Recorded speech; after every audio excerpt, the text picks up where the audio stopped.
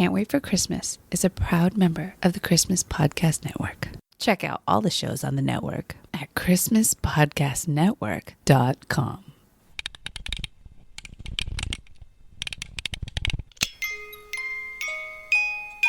Hey, buddy, what you doing?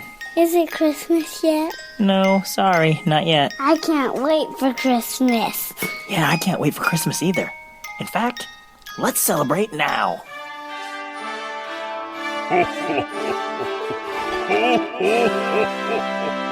Welcome to the Can't Wait for Christmas podcast.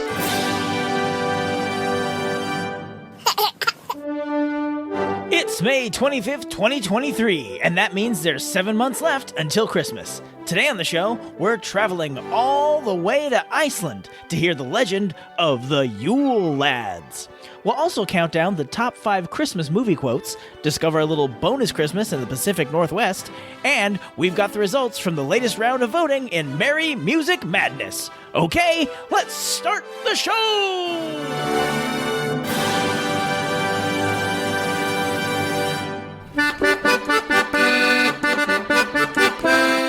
Welcome, Yule Believers, to another episode of the Can't Wait for Christmas podcast. The podcast all about Christmas history, Christmas traditions, Christmas media, and everything else Christmas.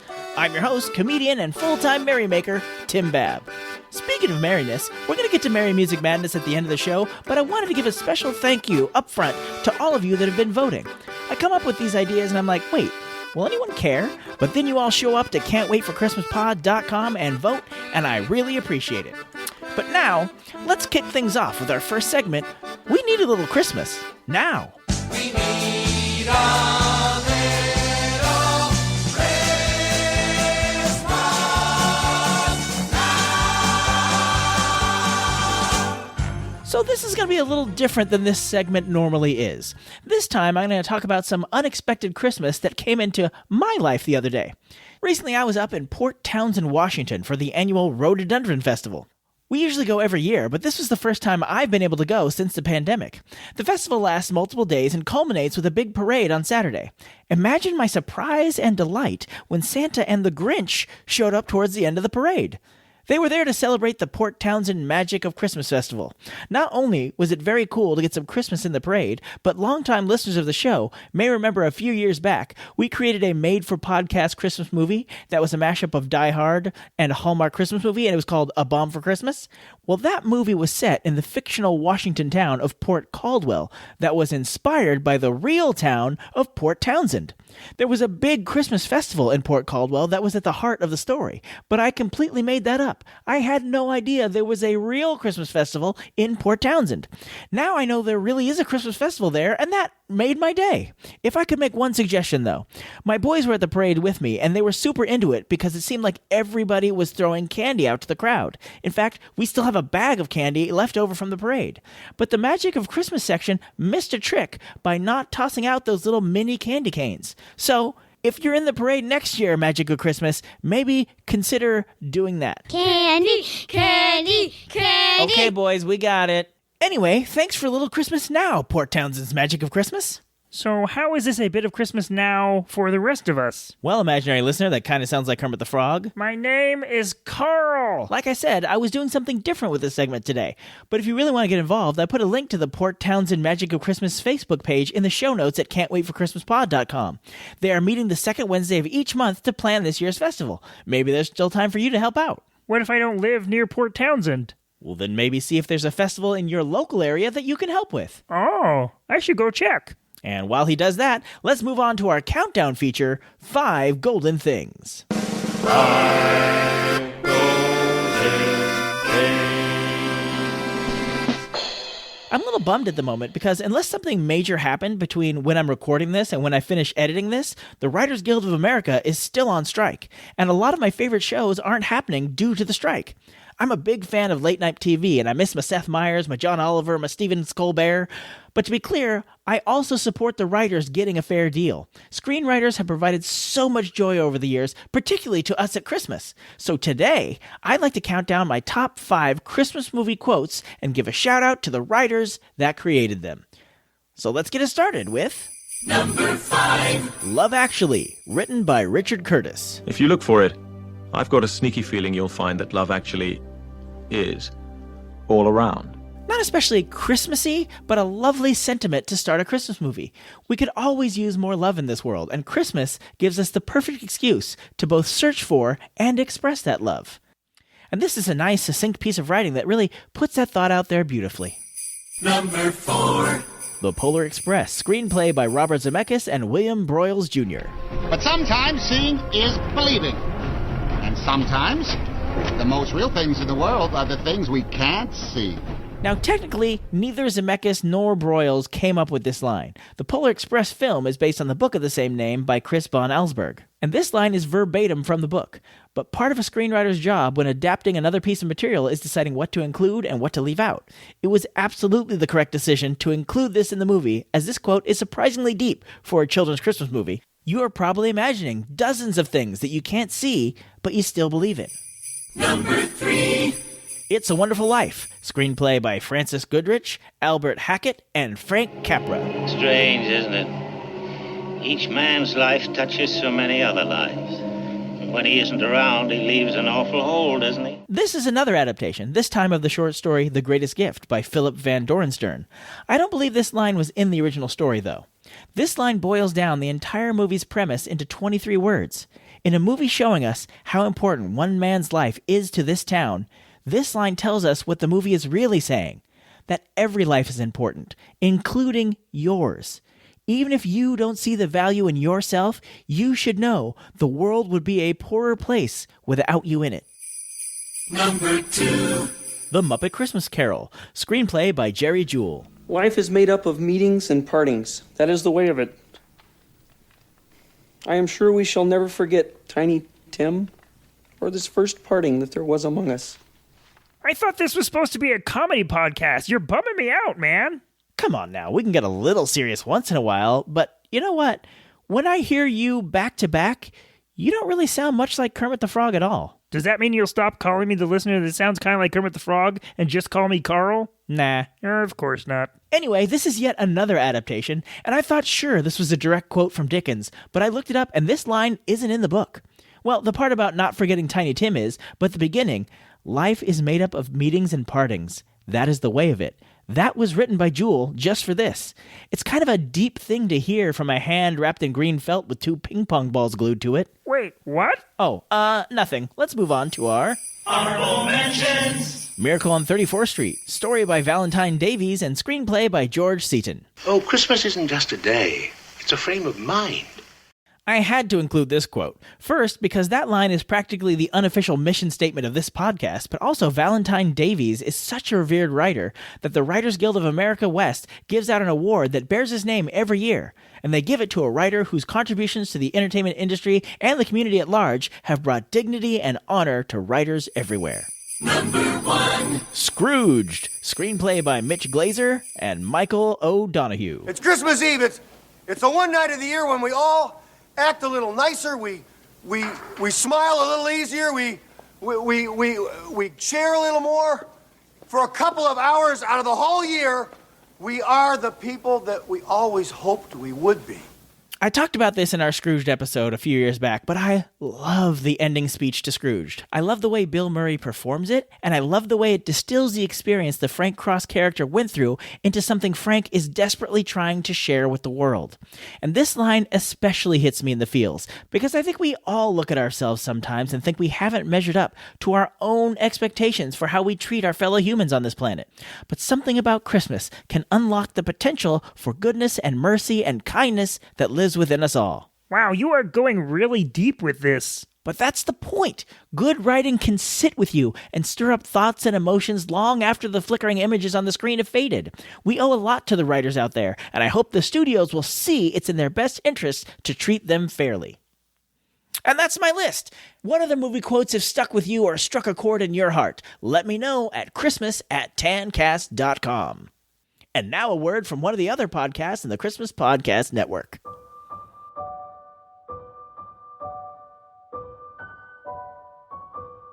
I know you. You're tired of the same old joy of human compassion, overflowing generosity, and quaint, totally anxiety-free coziness of the holidays. You need Christmas to get a little bit weird. I'm Craig Kringle, and I've got you covered. On the Weird Christmas podcast, I talk to a never-ending garland of writers, historians, filmmakers, and rampant weirdos who do their best to make sure we don't forget just how beautifully odd this holiday can be.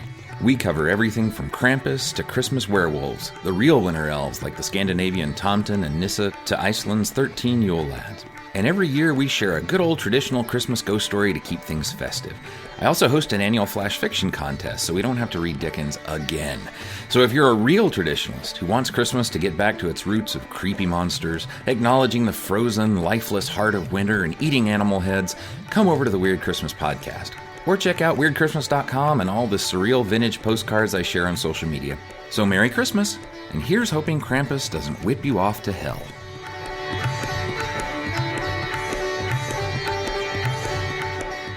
Speaking of Weird Christmas, sometimes this show likes to delve into some of the lesser-known aspects of Christmas lore, and today is one of those days. You see, in the absence of my normal late-night talk shows that I watch, I've been rewatching a lot of older panel shows from the UK. And recently, I watched an old Christmas episode of QI and came across this random Christmas nugget. Who are spoon licker, doorway sniffer, sausage swiper, and meat hook? Yes, Josh. Is it the nativity people? Yes, those are all the people who turned up to meet Jesus. I'm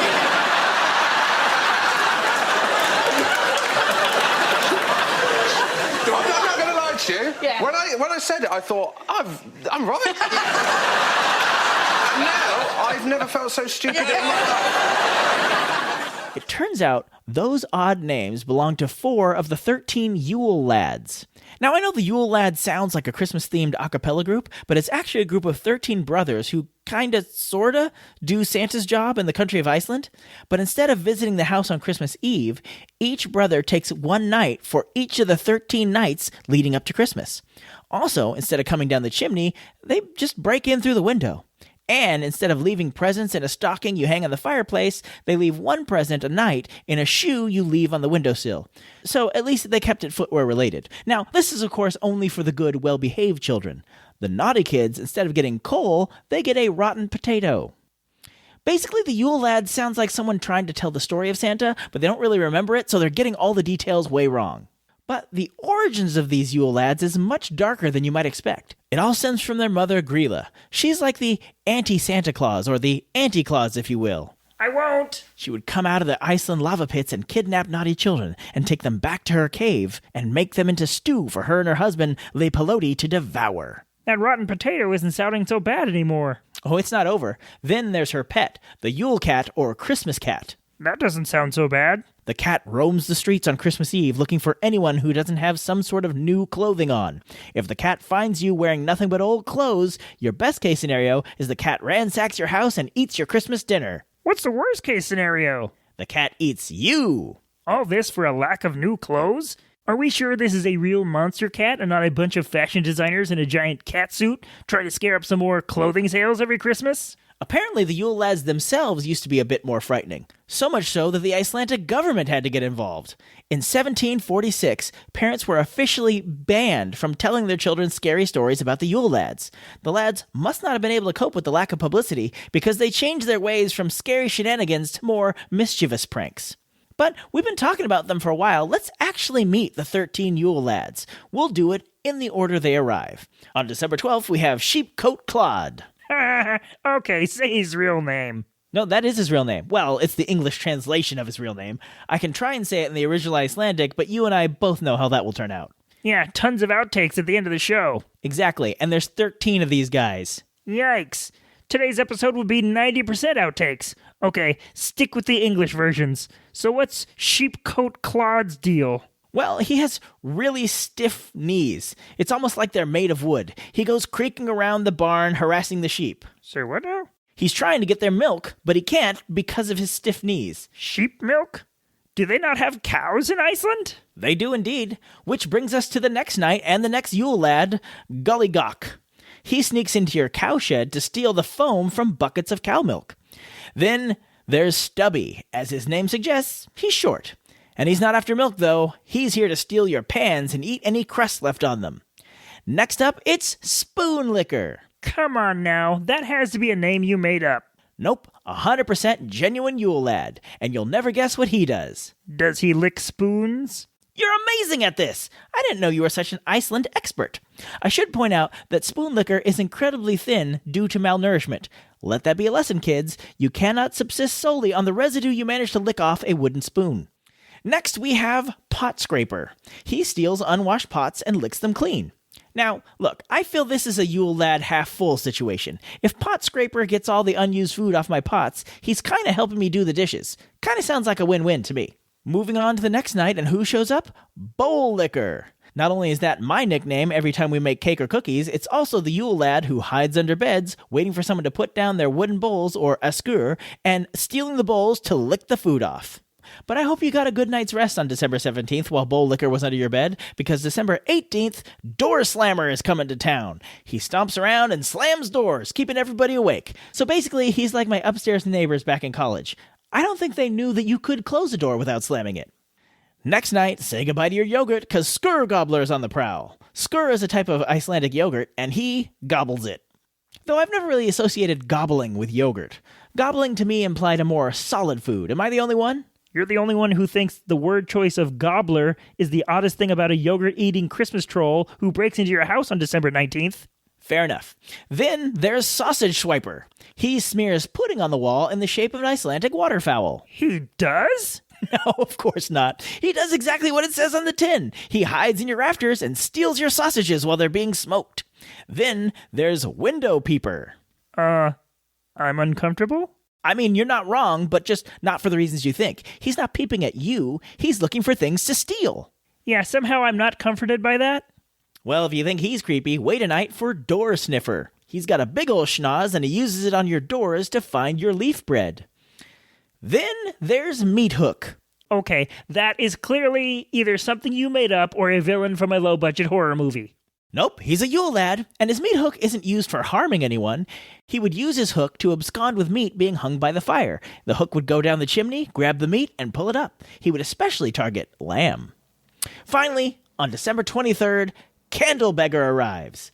Since the yogurt, milk, sausages, leaf bread, and meat are gone, and the pots, pans, and bowls and spoons are all licked clean, Candle Beggar comes to eat your candles. Of course he does. 'Cause why start making sense now? My brain switched off 7 Yule Lads ago. And those are the Yule Lads, a very interesting group of Christmas folk.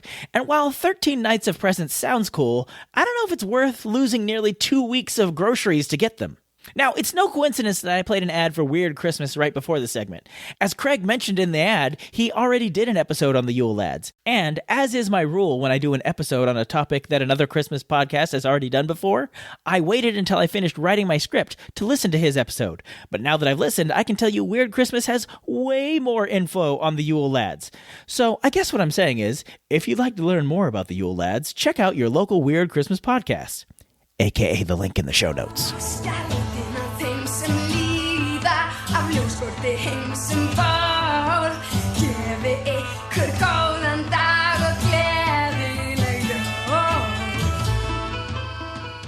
And now it's time to get the results from the latest round of Merry Music Madness. Merry Music Madness!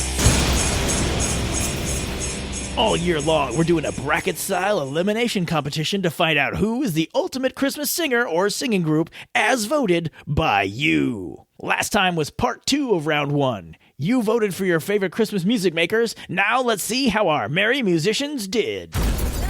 Ella Fitzgerald killed the Killers, 92.5% to 7.5%. Mannheim Steamroller steamrolled over Chuck Berry, 81.7% to 18.3%. Run DMC couldn't run fast enough to catch up with Elton John, who won 73.1% to 26.9%.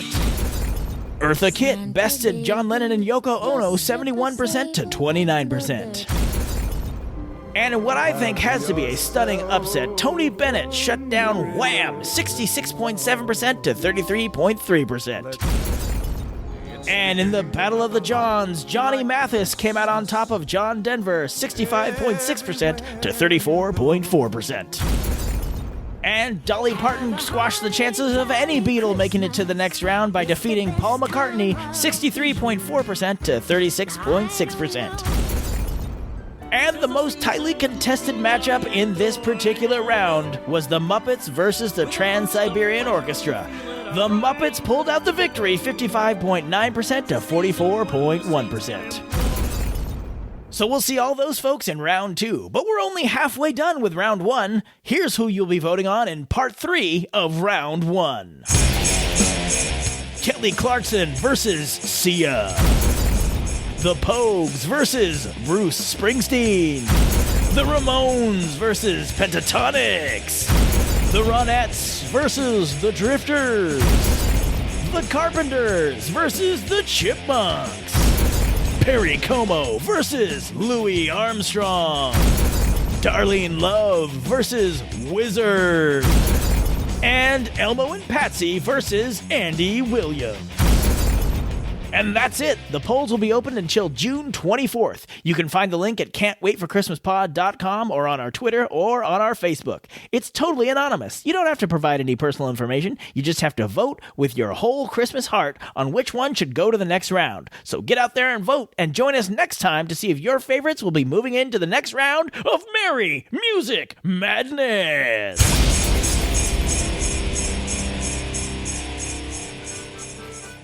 And that's going to do it for this episode. Thank you so much for listening. Also, even though I haven't done the Santa Babs mailbag segment in a while, I do want to thank all of you who've emailed, messaged, or commented. We will be doing our annual Listener Appreciation Anniversary Special in July, so keep that feedback coming.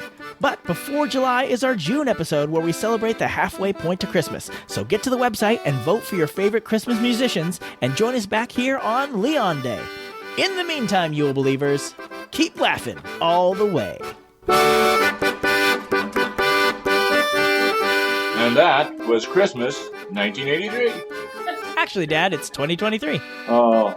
Thank you for listening to another episode of the Can't Wait for Christmas podcast. If you like what you hear, please subscribe to us on Apple Podcasts, Spotify, Stitcher, Google Play, or wherever you get your podcasts. Remember, if you leave us a review on Apple Podcasts, aka iTunes, and email us about it at christmas@10cast.com, we'll send you a free Can't Wait for Christmas sticker.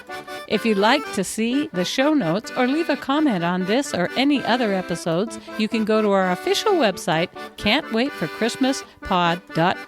While you're there, you'll find a link to our official Zazzle store, where you can grab customizable t-shirts, ornaments, stickers, and all sorts of other Christmas-themed items all year long. We'd love to connect with you on social media. On Facebook and Instagram, we are Can't Wait for Christmas Pod. And on Twitter, we are @ChristmasPod.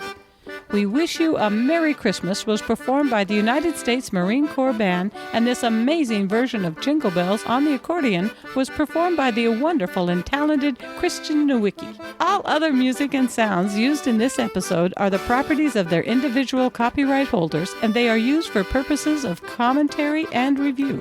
No infringement is intended. Okay, boys, did I forget anything? God bless us, everyone. Merry Christmas!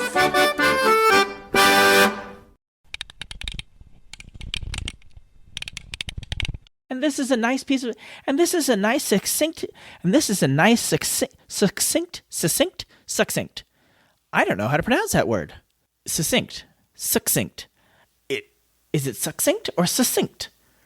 These are the things one might have looked up before one started recording, but until I said it out loud, I didn't realize I didn't know how to pronounce that word.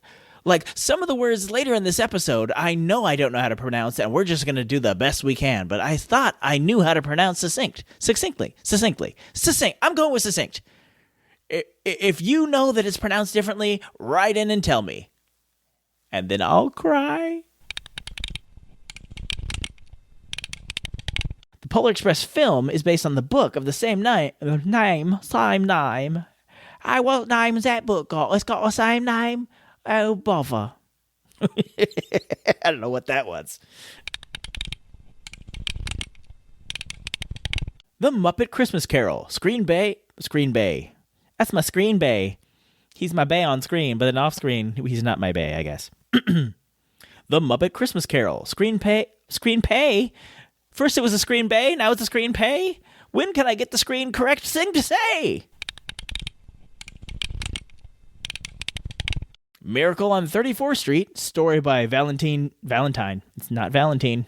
I thought it was Valentine, but I looked it up. See? I looked this one up. I still messed it up, though, but I looked it up before I messed it up. So that's progress. It all stems from their mother, Grela. Haha. Or is it Grela? I would say Grela. See? I told you there was one I didn't know, and it's this one. Even though I've written it phonetically, I don't even think I'm saying that word right, but I've written it in such a way that I'm not sure, like I don't know how actual the word, how you write out things phonetically, I don't know how they actually work, so I just try to do the best I can. And I've written it in such a way that it has now confused me if the GRY is supposed to be pronounced gree or gre.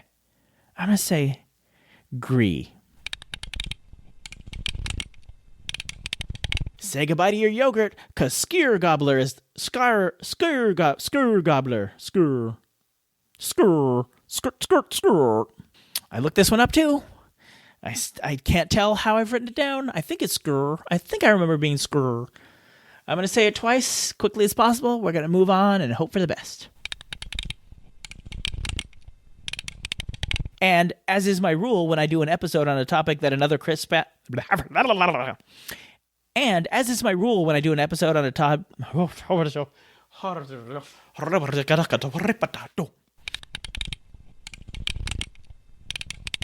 Also, even though I haven't done the Santa's Babs Mailbab segment in a while... Mailbab?